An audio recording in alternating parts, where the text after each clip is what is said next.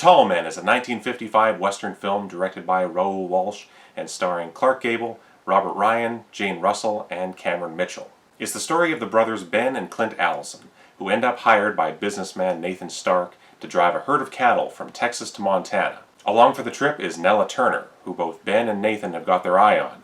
On the trail they encounter a gang of Jayhawkers and the Sioux, making the already dangerous trip all the more perilous. The Tall Men is a great Western for several reasons, and the main selling points are these three things: the cinematography, the locations, and Clark Gable.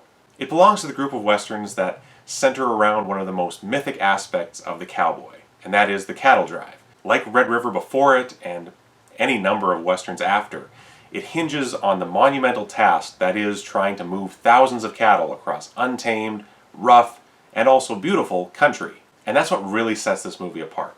The landscapes and visuals in it are epic. The movie was shot in CinemaScope, and it's this type of story that CinemaScope was just made for. Much of it was filmed in Sierra de Organos National Park in Mexico for the cattle drive scenes, and it's simply beautiful. Seeing the mountains and rock outcroppings and the vast herd of cattle moving down below is spectacular. Even some of the dialogue scenes are just set with a few characters in the foreground and hundreds of cattle stretching out behind them. It's all great stuff. The early part of the movie is set in Montana in winter. I believe those scenes were shot in Idaho, and there too, just breathtaking. The shots of the Allison brothers riding through the deep snow brought to mind the winter scenes from The Searchers, but here the snowy locations are even more grand. The cinematography was by Leo Tover, and it all looks so crisp and clean.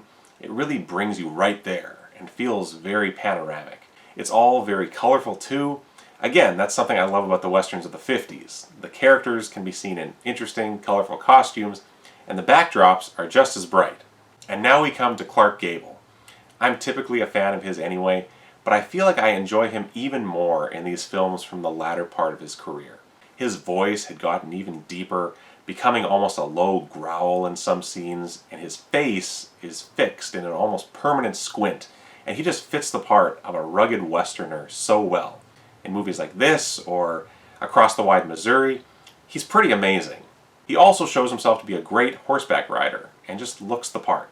But besides the look and sound, I thought he really gave a great performance. He plays Ben Allison as a stubborn, no-nonsense man who knows what needs doing, and doesn't soft pedal or sugarcoat it for others.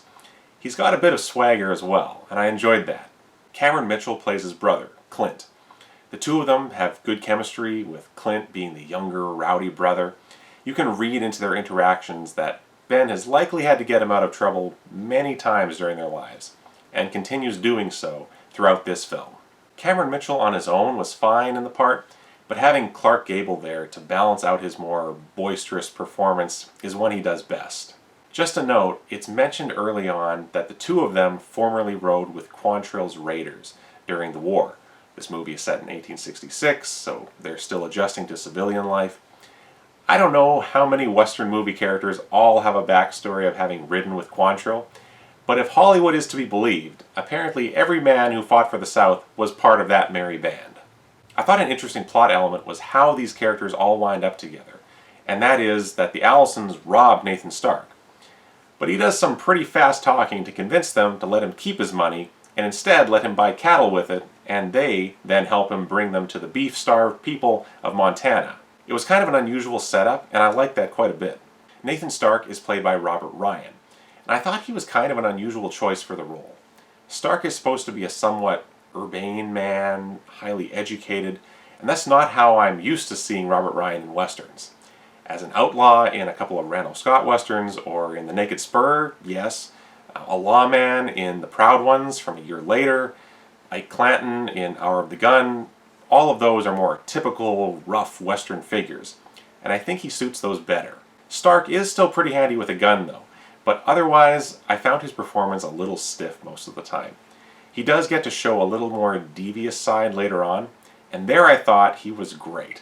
Overall he isn't bad, I just thought he was weaker next to Clark Gable this time. Jane Russell is the object of Ben Allison and Nathan Stark's affections, and I really didn't care for her character.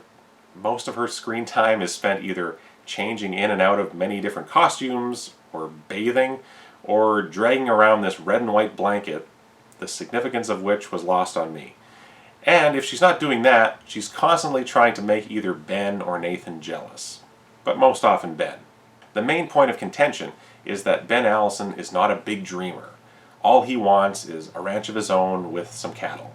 But Stark, on the other hand, would like to own the whole of Montana someday. Jane Russell's character apparently is very attracted to power and wealth, so she gets together with Stark, while wishing Allison would emulate Stark's greed for more.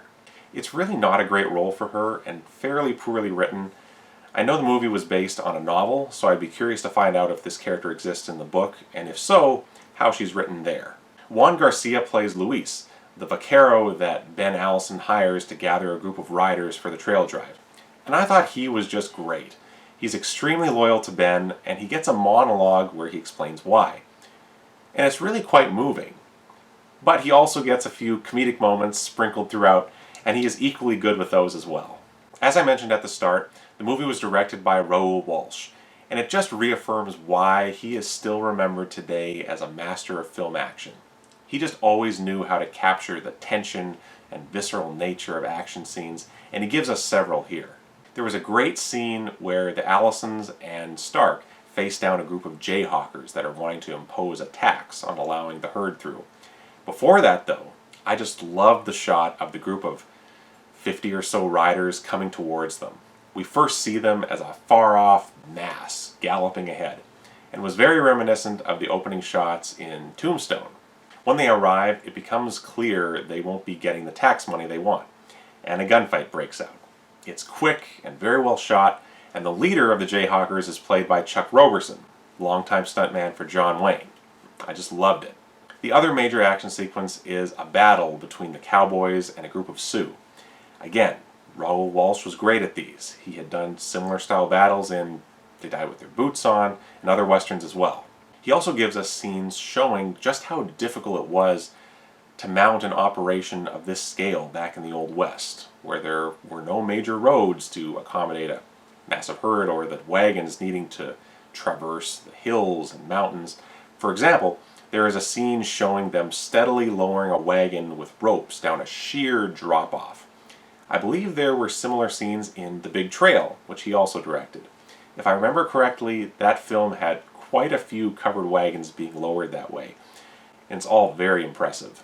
Like I said earlier, I really did enjoy the costumes, especially early on during those winter scenes. I loved all the thick buffalo coats and other winter gear. A lot of westerns set in winter give their characters such great silhouettes.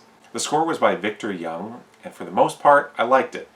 The only complaint I'd have is that Jane Russell has a song, which I assume is just called The Tall Men, and she sings it over and over with varying lyrics at different points in the film.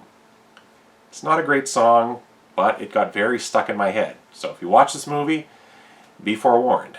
She has another song she sings a couple times, though, that has a very similar tune to the Cindy song from Rio Bravo. So that one gets a pass just based on that. Another thing that I wasn't too crazy about was the number of scenes obviously filmed on sound stages. That just comes with the territory in big budget westerns like this from the time. I guess they felt they had the money to spend, so why not keep their stars in comfort back in Hollywood? But they do stick out when compared with the real exterior scenes that we get so often.